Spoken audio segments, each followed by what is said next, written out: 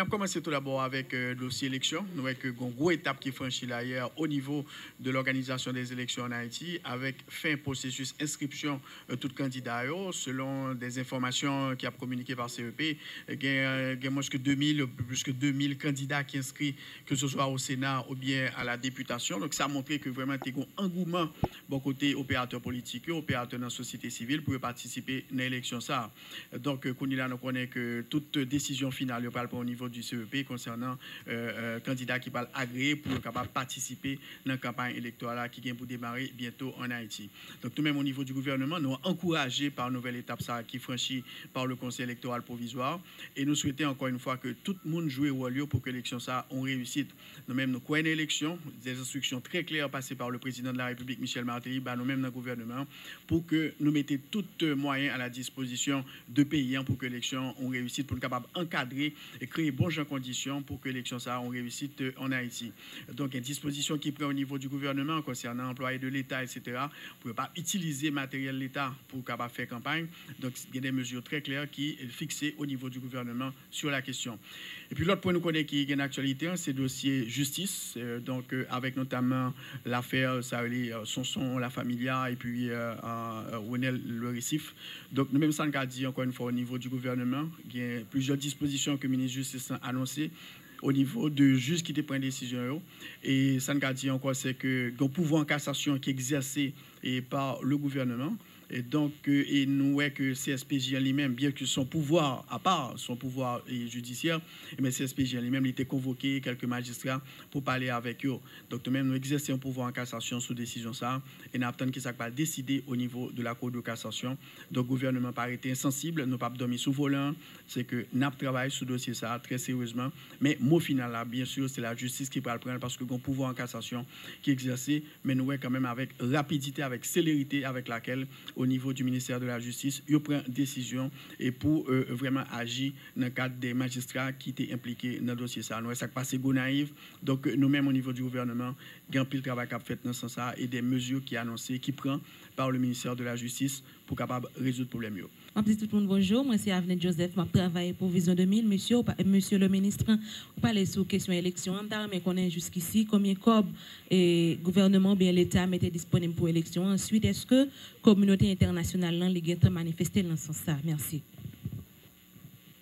Alors, merci Abdi. Donc, pour l'État haïtien, nous connaissons qu'il y a plus que 13 millions de dollars américains qui ont été déjà mis au niveau de Basket Fund. Ça, c'est le fonds fiduciaire que le Programme des Nations Unies pour le développement a dirigé. Il y a 500 millions de gouttes que l'État haïtien a dégagé pour capable financer les partis politiques à l'occasion des élections. Et c'est pour ça, justement, nous demandé les partis politiques pour capable fédérer, faire plus de plateformes pour capable gagner moins d'entités politiques qui participent à une élection.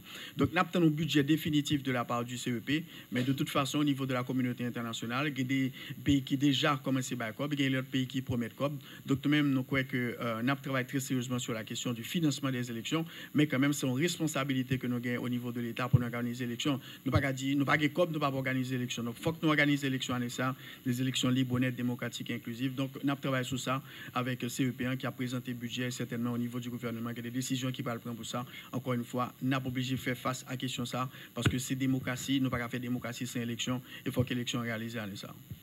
Fait pour mes PA sont faits cap déconcentré. Ça veut dire qu'il ne pas seulement chita dans progrès.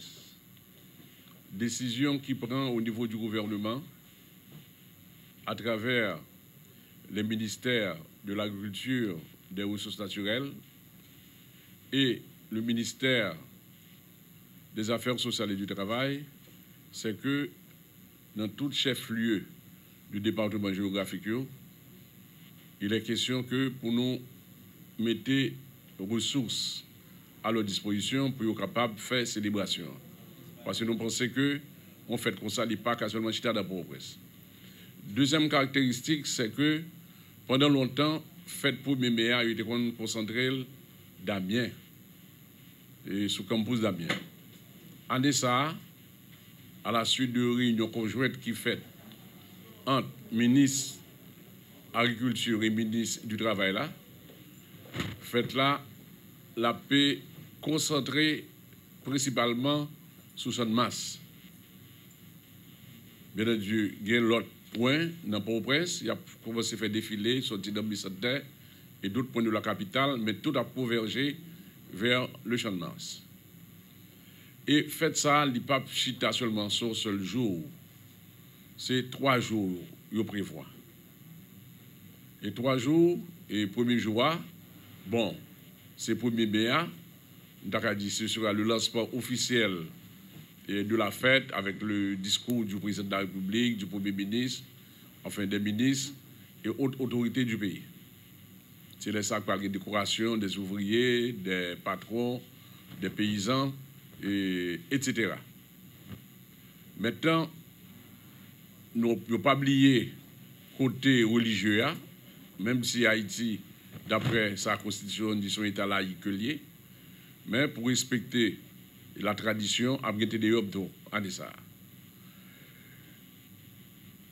Maintenant, point focal là, son grande foire que qu'a organisé sous Champ de Mars.